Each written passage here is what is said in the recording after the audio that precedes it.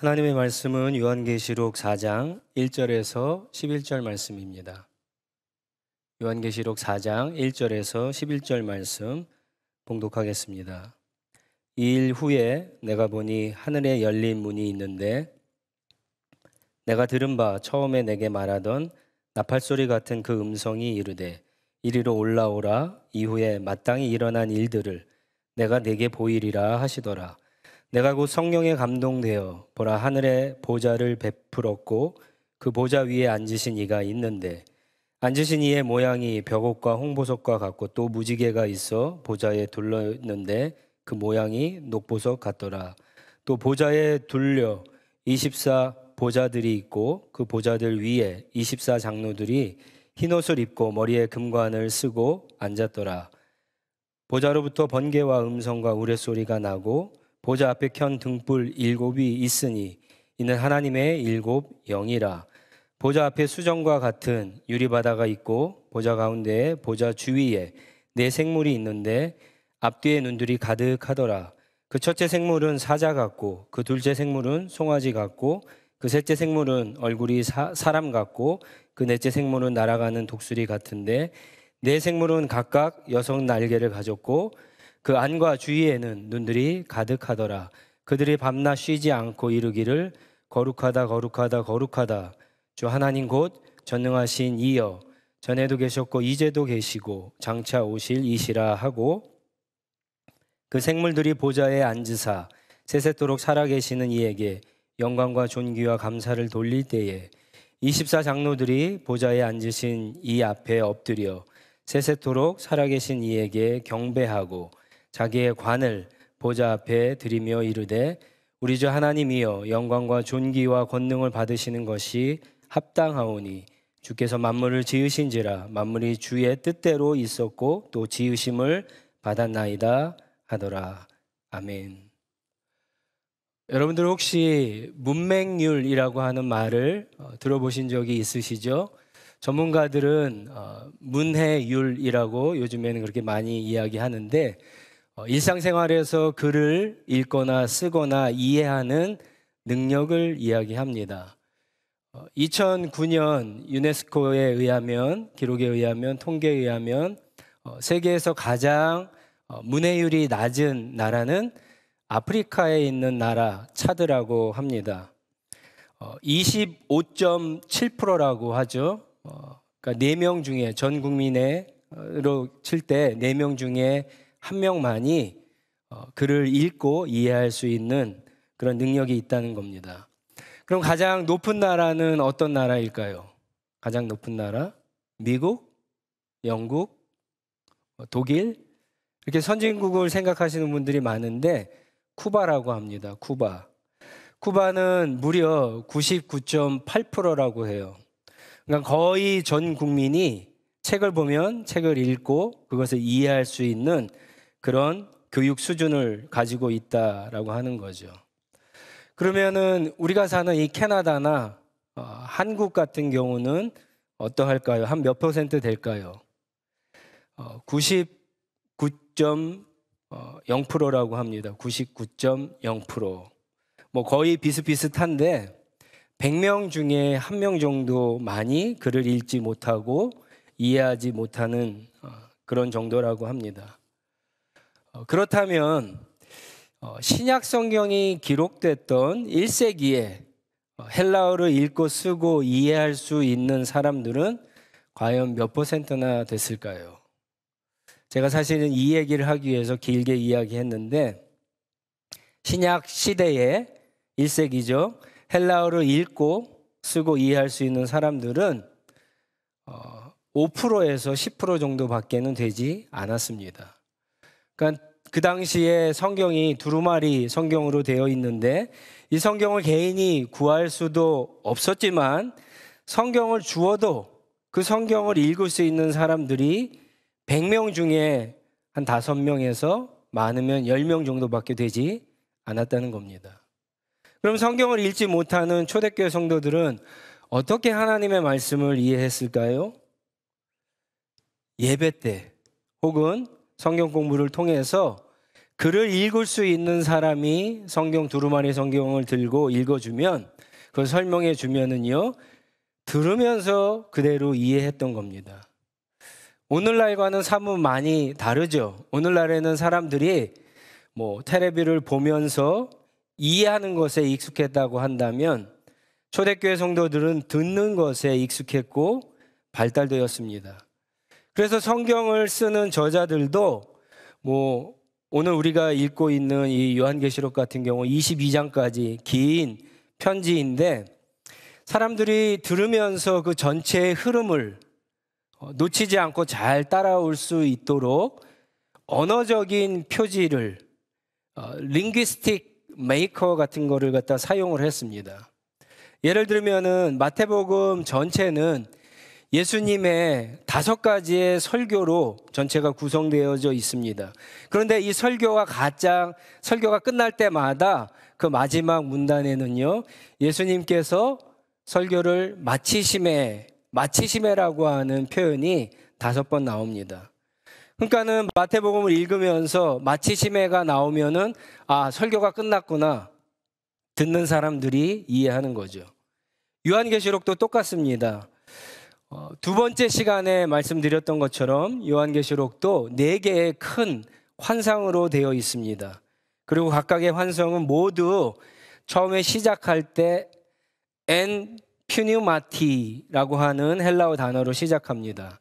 영어로 in the spirit, 그리고 한국말로 번역하면은요 성령 안에서 혹은 성령의 감동이 되어 성령에 이끌리어 라고 하는 말로 시작되고 구절을 그렇게 요한계시록 전체를 4부분으로 나눌 수가 있는 겁니다. 이 방법에 의하면은요 1장 10절부터 내가 성령의 감동이 되어 라고 하면서 시작된 첫 번째 환상은 3장 마지막에서 이제 끝났어요. 첫 번째 환상에서 여러분 우리가 무엇을 보았습니까? 무엇을 알게 되었죠? 요한이 본 환상이 무엇입니까? 지상에 있는 교회들, 그 교회들 가운데 일어나는 일들을 우리가 보았습니다. 그리고는 오늘 본문 말씀 4장 2절에 보면은요, 또 성령의 감동이 되어 라고 하는 말로 시작되죠. 두 번째 환상이 시작되면서 이 환상이 무려 16장 21절 마지막까지 아주 계속됩니다. 이 환상은 진행되고 있는 일들이거나 아니면 미래에 일어난 일들에 대한 환상입니다.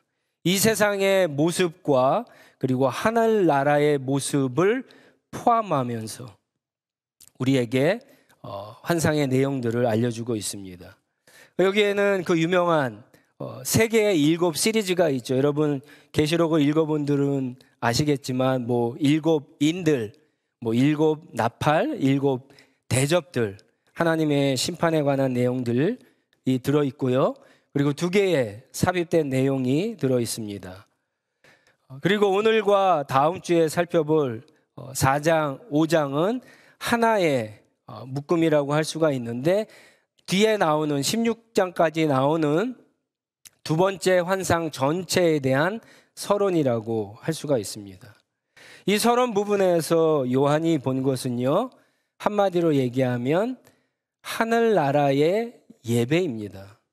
4장은 성부 하나님에 대한 예배, 그리고 5장은 어린 양, 성자 예수님에 대한 예배라고 할 수가 있습니다. 1절부터 이제 우리가 말씀을 보겠는데요. 전체의 흐름을 위해서 다 설명할 수는 없고요. 중요한 부분만 설명을 드리도록 하겠습니다. 1절에 보시면 2일 후에라고 하는 말이 나오죠. 첫 번째 환상이 끝났다는 뜻입니다. 그리고는 요한이 하늘에 열린 문을 보게 됩니다. 하늘에 열린 문이라고 하는 이 표현은요, 성경에 자주 등장하는 표현입니다. 예를 들면 예수님께서 요단강에서 공생애를 시작하기 전에 세례를 받으시죠. 세례 요한으로부터 세례를 받을 때 그때 하늘이 열리고 성령께서 비둘기같이 예수님에게 임하는 사건이 일어난 적이 있었고요. 또 사도행전 10장에 보면은 베드로가 이방인 고넬료죠. 첫 번째 이방인 신자, 로마 제국의 백부장이었던 이 고넬료를 만나기 전에 기도를 하는데 그 기도 가운데 하늘이 열리고 하늘에서 보자기가 내려왔는데 그 보자기를 봤더니 온갖 먹을 수 없는 부정한 동물들이 있는 그런 환상을 본 적이 있습니다. 그래서 하늘이 열린다라고 하는 이 표현은요, 하늘로부터 하나님의 어떤 계시나 영적인 어떤 특별한 일이 일어났다라고 하는 겁니다. 요한이 하늘의 문이 열린 것을 봤다라고 하는 것은 그런 특별한 체험을 했다라고 하는 거죠. 이런 체험을 통해서 요한은요, 하늘로 올라가게 됩니다. 그리고 거기서 이후에 마땅히 일어난 일들, 성령의 감동으로 바로 그러한 일들을 보게 되는 거죠. 성령께서 그렇게 감동하시면 하늘의 문이 열리고 아주 영적인 것들을, 하나님의 말씀을 이해하는 그런 놀라운 역사들이 일어나는 겁니다. 오늘 말씀을 듣는 저와 여러분에게도 성령께서 역사하셔서 그렇게 하늘 문이 열리는 그러한 은혜가 있기를 주님의 이름으로 축복합니다. 그럼 요한이 하늘에서 처음 본 것이 오늘 본문 말씀이 무엇입니까? 그것은 하늘에 있는 보좌입니다. 보좌. 이 보좌는요, 아무나 앉는 의자가 아니죠. 보좌는 왕이 앉는 의자입니다. 왕이 보좌에 앉아서 무엇을 하죠? 나라를 다스리고 또 나라를 심판하는 일을 합니다. 나라의 중요한 일들을 생각하고 결정하고 명령합니다. 가끔 TV에서 트럼프 대통령이 아주 중요한 결정을 할 때 자기 집무실 의자에 앉아서 이렇게 사인을 하는 것을 여러분 본 적이 있을 거예요. 그 사인을 하게 되면 그것이 곧 효력이 발생하는 것처럼 왕이 앉는 보좌는 바로 나라를 다스리는 왕의 권력, 왕의 힘을 상징합니다. 요한이 살던 1세기에 살던 사람들은요, 나라의 모든 권력과 힘은 당시 세상을 지배하고 있던 로마 황제에게서 나온다고 생각을 했습니다. 그래서 로마 황제를 하나님처럼 숭배했죠. 이것이 바로 황제 숭배 사상입니다. 이것을 거역하면 반역자로 낙인이 찍혀서 여러 가지 경제적, 사회적 불이익을 당하고 심지어 감옥에 갇히거나 죽임을 당했던 사람들도 있었습니다. 요한도 그것을 거부하다가 지금 감옥에 갇혔던 거고요. 우리가 7교회에서 살펴보았듯이 어떤 교회 성도들은 핍박을 받고 순교하는 성도들까지 있었던 겁니다. 그런데 여러분, 요한이 하늘의 보좌를 봤어요. 그런데 거기에 앉아있는 분이 누구십니까? 이 세상과 역사를 진짜 주관하시는 그 힘과 능력을 가지고 그 보좌에 앉아 계신 그분이 누구셨습니까? 로마 황제가 아니었어요. 하나님이었습니다. 우리가 현실에서는 겉으로 보기에는 로마 황제가 세상을 다스리는 왕처럼 보였겠지만 요한과 성도들은 하나님이 이 세상과 역사와 로마 제국의 진정한 왕임을 이 환상을 통해서 확인하게 된 거죠. 이 모습이 요한과 지금 고난과 박해 가운데 있는 성도들에게 얼마나 큰 위로와 소망이 되었을지는 우리가 짐작할 수 있을 겁니다. 저와 여러분들도 눈에 보이는 세상이 아니라 눈에 보이지 않지만 역사와 세상을 진짜 주관하시는 왕이신, 보좌에 앉으신 그 하나님을 볼 수 있기를 바랍니다. 그리고는 여러 가지 내용이 나오지만 크게 중요하진 않고요. 4절에서 8절까지에 보시면 두 가지 중요한, 우리가 꼭 알아야 되는 그런 내용이 있습니다. 하나는 24장로가 누구인가라고 하는 것과 그리고 네 생물, 하나님의 보좌 주위에 있던 네 생물이 과연 무엇인가라고 하는 겁니다. 먼저 24장로들이 24보좌에 앉아 있었습니다. 4절에 보면은 나와 있죠. 그런데 여러분 이 4절을 보시면은 아주 특이한 게 있어요. 또 보좌에 둘러라고 했을 때 이 보좌는 하나님의 보좌거든요.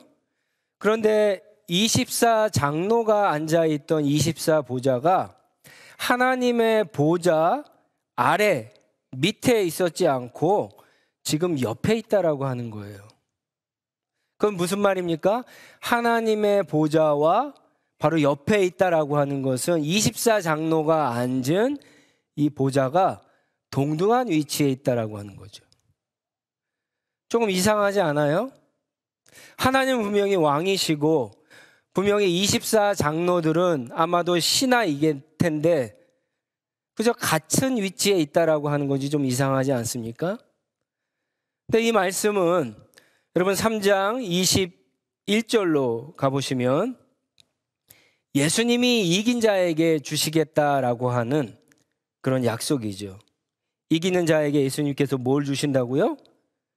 내 보좌에 함께 앉아 있게 해주겠다라고 말씀하시죠. 그리고 아버지 보좌와 함께 앉은 것 같이 그렇게 해주시겠다라고 약속하셨는데 그 약속이 지금 이루어진 거죠. 그러니까 지금 24보좌에 앉은 이 24장로는 누구겠어요? 누구겠습니까? 하나님의 백성, 교회인 것을 우리가 알 수 있죠.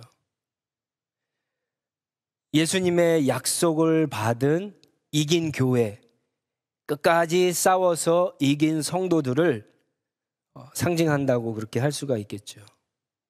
24라고 하는 이 상징적인 의미는 구약에서 하나님의 백성인 이스라엘의 12지파 플러스 신약에서 하나님의 백성을 대표하는 12사도를 합친 숫자 24.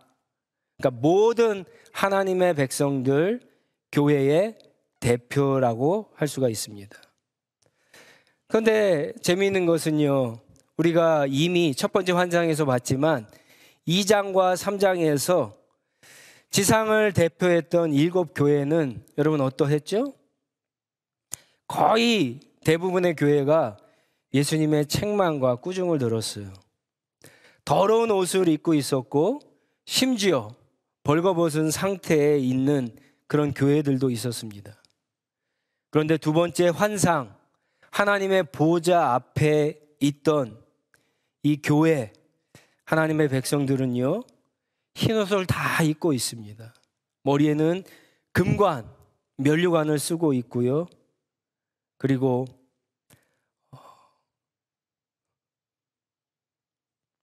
하나님의 놀라운 그 옆에 앉아서 영광과 존귀를 받고 있다라고 하는 거죠. 세상에서는 세상의 멸시와 천대와 비난과 모욕과 고난과 박해를 당했는데 하늘에서는 완전히 역전됐죠. 하나님의 옆자리에 앉아서 영광과 존귀와 칭찬과 부러움을 사는 그런 면류관을 쓴 모습으로 지금 보여지고 있다는 거예요. 이것이 정말 앞으로 성도가 얻게 될 영광이라면 여러분 어떻습니까? 우리가 지금 이 세상에 살면서 믿음을 지키며 살면서 세상으로부터 고난과 멸시와 모욕과 박해와 시험을 당해도 괜찮지 않을까요? 지금 이 세상을 살면서 믿음을 지키느라고 우리의 삶이 풍요롭지 않고 편안하지 않고 부유하지 않고 사람들로부터 인정받지 않고 폼나는 인생이 아니라도 괜찮지 않을까요? 여러분, 예수님의 약속을 기억하고 그 약속을 붙잡고 끝까지 예수님을 따라가는, 그래서 마지막에 인생이 역전되는 그런 놀라운 이 은혜가 우리 모든 성도님들에게 있기를 간절히 축복합니다. 자, 그렇다면 이제 내 생물은 무엇일까요? 이 내 생물은 각자 머리가 있고 그리고 날개가 있고 그들이 거룩하다 거룩하다 거룩하다 찬양하고 있는데, 사실은 짐작할 수 있겠지만 더 정확히 알 수 있는 방법은요, 구약 성경 에스겔서와 이사야서를 우리가 찾아보면 좀 알 수가 있는데, 에스겔서 1장 10절에 보면은 에스겔이 소명을 받는 장면이에요. 에스겔 선지자도 환상을 보는데 지금 요한이 환상 중에 봤던 하나님의 보좌 주위에 있던 이 네 생물과 똑같은 생물을 보게 됩니다. 그런데 이제 힌트가 있어요. 에스겔서를 쭉 읽다 보면 에스겔서 10장에 가서 이 네 생물의 이름을 그룹이라고 그렇게 말합니다. 그룹은 천사들을 의미하죠. 보좌 주위에 있던 이 네 생물은 하나님을 섬기고 있던 그룹 천사들을 의미합니다. 이사야서 6장도 선지자가 소명을 받는 장면이죠. 환상을 봅니다. 그 환상 가운데 높이 들린 보좌에 앉으신 하나님을 보고요. 그리고 그 하나님 주위에 6 날개를 가진 천사들이 오늘 우리가 본문에서 보고 있듯이 8절에 있듯이 거룩하다 거룩하다 거룩하다 그러면서 하나님을 찬양하는 그런 스랍들이 나옵니다. 스랍 역시 보좌에 계신 하나님을 섬기는 천사들인 것을 우리가 알 수가 있죠. 따라서 이 네 생물은 하나님 보좌 주위에서 하나님을 섬기는 천사들, 그룹들 혹은 스랍들이라고 할 수가 있어요. 이 각 천사들의 얼굴이 사자, 독수리, 소, 그리고 사람의 얼굴인 것은 피조물을 대표합니다. 동물의 왕인 사자, 가축의 왕인 소, 그리고 새들의 왕인 독수리, 그리고 모든 피조물을 대표하는 인간. 그래서 이 피조물들을 대표하는 그런 얼굴의 모습을 띠고 지금 하나님 앞에 있는 거죠. 그러니까는 세상의 모든 하늘과 땅 아래에 있는 모든 피조물은 어디서부터 비롯된 겁니까? 하나님의 보좌에서부터 창조되고 그 모든 피조물의 원천이 하나님인 것을 지금 드러내고 있는 것을 우리가 보게 됩니다. 근데 이제 가장 중요한 것은요, 이 네 생물과 이 24장로가 지금 하나님의 보좌 앞에서 무엇을 하고 있어요? 8절부터 여러분 마지막 11절까지 보시면 하나님께 예배하고 있습니다. 하나님께 예배하고 있어요. 24장로와 네 생물들이 모두 하늘 보좌에 앉으신 하나님을 찬양하고 경배하고 예배하고 있습니다. 세상을 창조하시고 온 세상과 역사를 주관하시는 하나님을 예배하고 있는 겁니다. 여러분, 이것이 교회의 모습이고 이것이 성도의 진정한 모습이에요. 8절에서 9절은 네 생물의 예배이고요. 10절에서 11절은 24장로의 예배인데 우리는 특별히 이 24장로의 예배, 하나님의 백성, 교회의 예배를 주목할 필요가 있습니다. 이 24장로의 예배는 이들이 하나님의 보좌 앞에서 드리는 이 하늘 예배는요, 예배에 대한 아주 중요한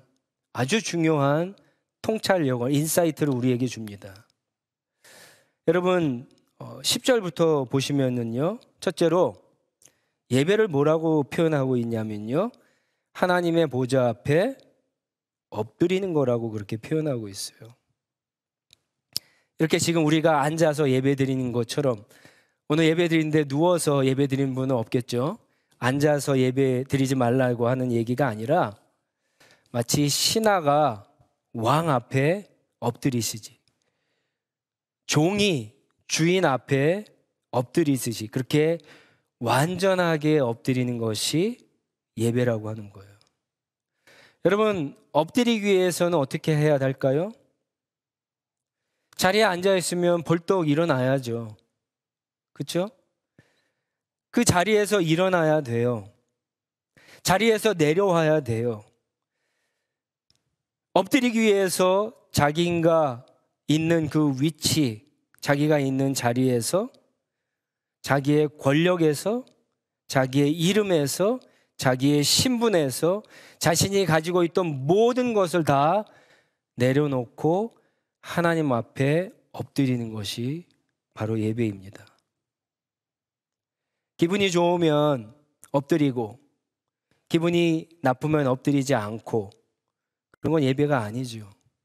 상황이 좋으면 엎드리고 상황이 나쁘면 엎드리지 않고 예배가 아닙니다.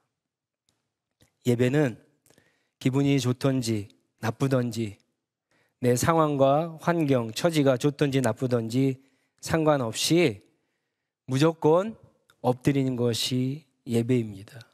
왜 무조건 엎드려야 될까요? 하나님 앞에, 하나님께 드리는 거기 때문에. 여러분, 하나님이에요. 우리가 예배 드리는 분이 하나님이에요. 지금 24장로가 엎드리는 그 장소가 바로 하늘이고요, 하나님의 보좌 앞이에요. 엎드리는 대상은 하나님이에요. 온 세상과 역사와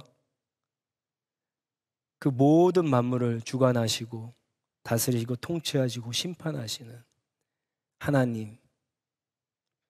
여러분, 예배는 바로 그런 하나님 앞에 엎드리는 것이 예배입니다.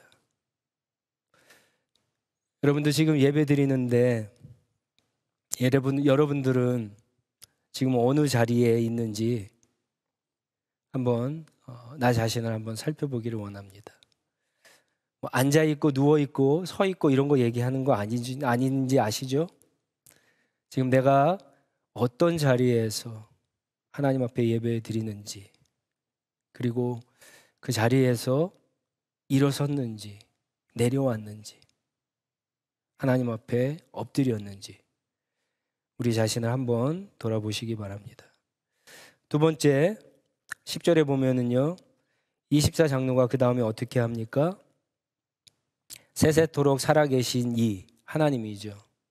하나님을 경배하고 있습니다. 예배는 경배하는 거죠. 경배. 영어 성경은 월십 그렇게 표현하고 있는데, 경배라고 하는 것은 절하는 거예요. 절하는 것은 두 가지 중요한 의미가 있습니다. 하나는 인정하는 거죠. 우리가 부모님한테 설날이나 오랜만에 뵀을 때 절을 하죠. 인정하는 거죠. 존중하는 거예요. 이거는 다 알아요. 근데 두 번째 의미를 잘 모르시는 것 같아요. 두 번째 절하는 의미는요, 굴복하는 거예요. 절은 굴복. 전쟁에서 패한 나라의 왕이 승리한 나라의 왕에게 굴복하죠. 항복하는 게 예배예요. 당시 로마 황제는 힘과 권력과 돈으로 성도들을 속이고 굴복을 시켰어요. 많은 성도들이 굴복을 당했어요. 황제를 예배했다는 거예요. 오늘날에도 이런 일들이 비일비재하게 일어납니다. 오늘날에도 우리는 하나님께만 굴복하고 예배해야 되는데, 어떤 성도들은 돈과 명예와 성공과 출세에 속아서 굴복해요. 예배합니다. 마치 그것들이 내 인생의 왕이라고, 왕처럼 그렇게 예배하고 굴복하는데, 그래서는 안 되는 거죠. 여러분, 우리의 신분을 알 필요가 있습니다. 우리는 이미 하나님의 백성이에요. 다른 왕이나 다른 신에게 굴복해서는, 예배해서는 절대로 안 됩니다. 하나님이 가장 싫어하시는 계명 가운데 하나지 않습니까?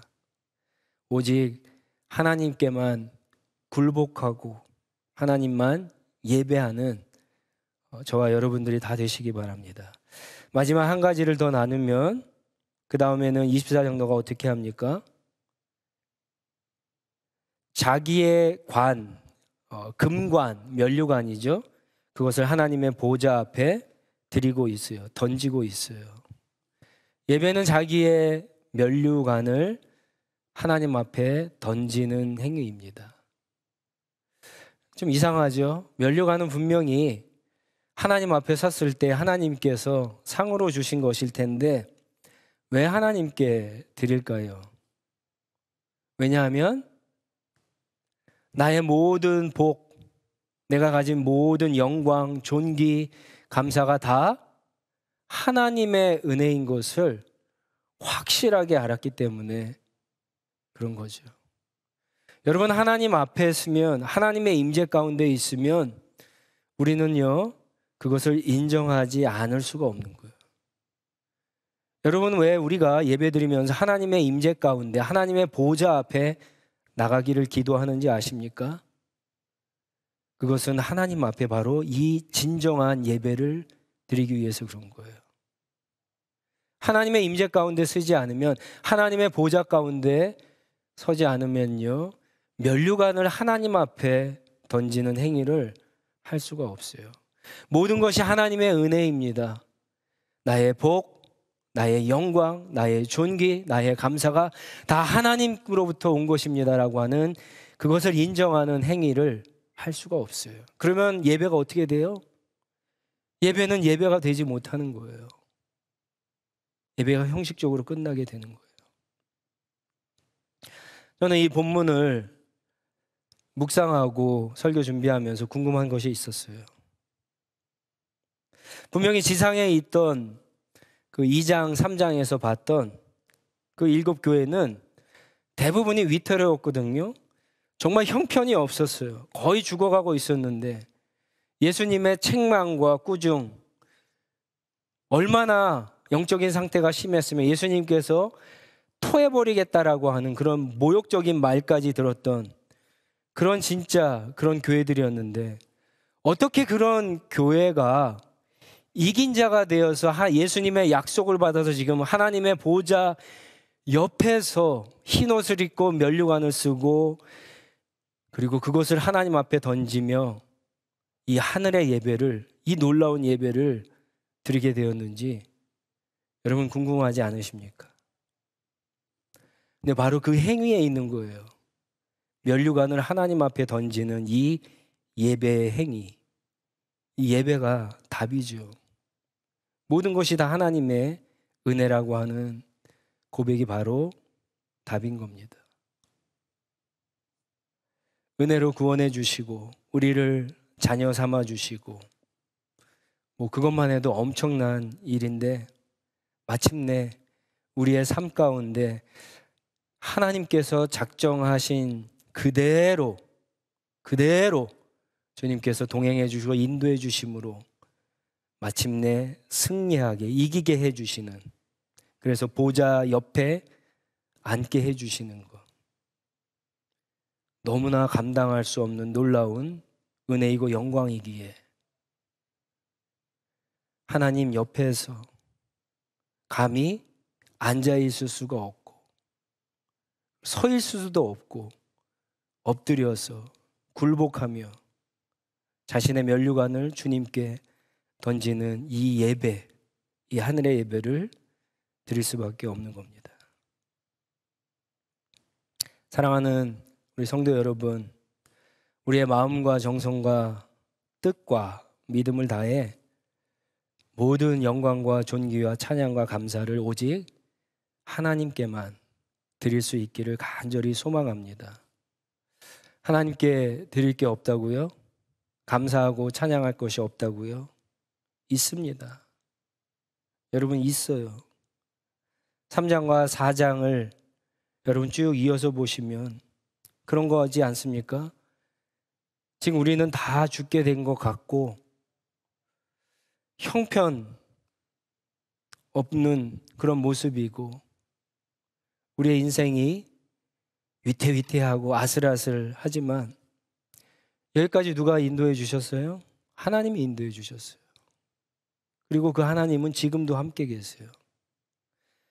성령을 통해서 우리와 함께 하심을 늘 깨닫게 해주시죠.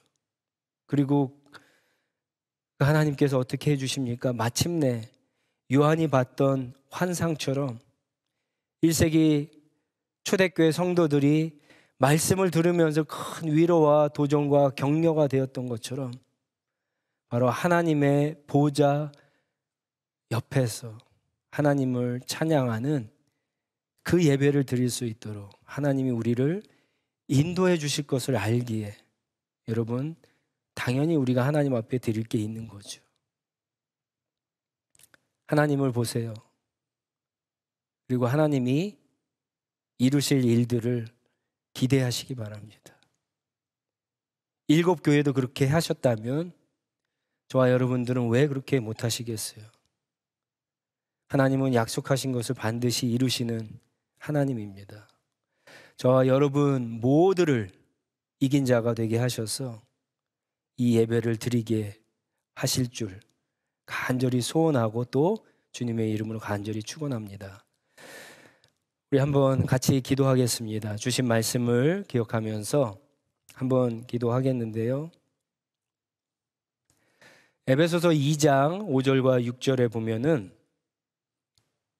사도 바울은 우리가 구원받은 것을 이렇게 표현해요. 그리스도와 함께 살고 그리스도와 함께 일으키고 그리고 그리스도와 함께 하늘에 앉게 해주셨다라고 하는 표현을 써서 설명을 합니다. 재미있는 게 이 표현이요. 이게 미래에 일어날 일이 아니라 여기에 쓰인 동사가 미래형이 아니라 부정과거 동사예요. 과거에 이미 끝난 사건이라고 하는 거예요. 무슨 뜻이냐면은 예수 그리스도를 통해서 십자가에서 구원받은 사람들은 그 순간에 이미 그리스도와 함께 산 거고요.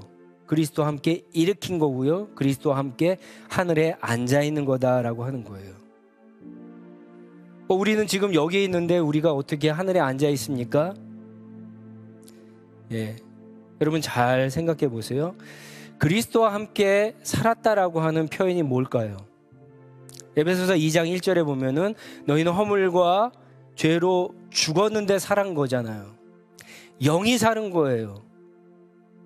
그러니까 지금 영이 사는 거거든요. 그러니까 하늘에 그리스도와 함께 앉았다라고 하는 것은 이미 우리가 마지막 심판 후에 육체의 완전한 부활을 입은 몸은 아니지만 살아난 우리의 영은 이미 하나님의 보좌 옆에 앉아서 하나님께 영으로 예배할 수 있는 그런 상태에 있다는 거죠. 근데 많은 서러운 성도들이요, 이런 영광스러운 존재라고 하는 사실을 잊고 살아요. 지금의 형편없고 초라하고 늘 게으르고 결심도 무뎌지고 거의 다 죽은 모습, 예수님 믿기 전보다 더 형편없는 그런 위태로운 모습을 보면서 실망해서 하나님 앞에 엎드리지 못하고 굴복하지 못하고 진정한 예배를 드리지 못하는 그런 경우가 있는데, 여러분 그렇지 않습니다. 우리의 영은 지금 하나님의 보좌 옆에 있어요. 그래서 우리가 하나님과 옆에 앉아 있으니까 이야기를 나누며 교제할 수 있죠. 그리고 하나님의 은혜를 기억할 때마다 그 자리에 일어나서 하나님의 보좌 앞에 엎드려서 하나님만 예배하고 경배하고 찬양할 수 있는 거죠. 여러분 그런 이미지를 하나님 앞에 나아갈 때마다 한번 떠올려 보시길 바랍니다. 나는 어디에 있어요? 교회에 있는 게 아니에요. 집에 있는 게 아니에요. 우리의 영은 지금 이미 그리스도와 함께 하나님의 보좌 옆에 있어요. 그렇기 때문에 우리가 주님과 교제해야 되는 거고요. 그 교제를 통해서 하나님이 하신 일들, 하나님이 어떠한 분인가를 알 때 우리가 이 아름답고 이 완벽한 하늘의 예배를 지금 여기서 우리가 경험할 수 있는 게 이 예배를 날마다 경험하면서 우리가 하나님의 보좌 앞에서 육체의 완전한 몸을 입고 드릴 그 영광스러운 예배, 아름다운 예배를 간절히 사모하는 예배자로 그렇게 살게 해달라고 한번 주님 앞에 은혜를 구하며 한번 기도하도록 하겠습니다. 기도하겠습니다.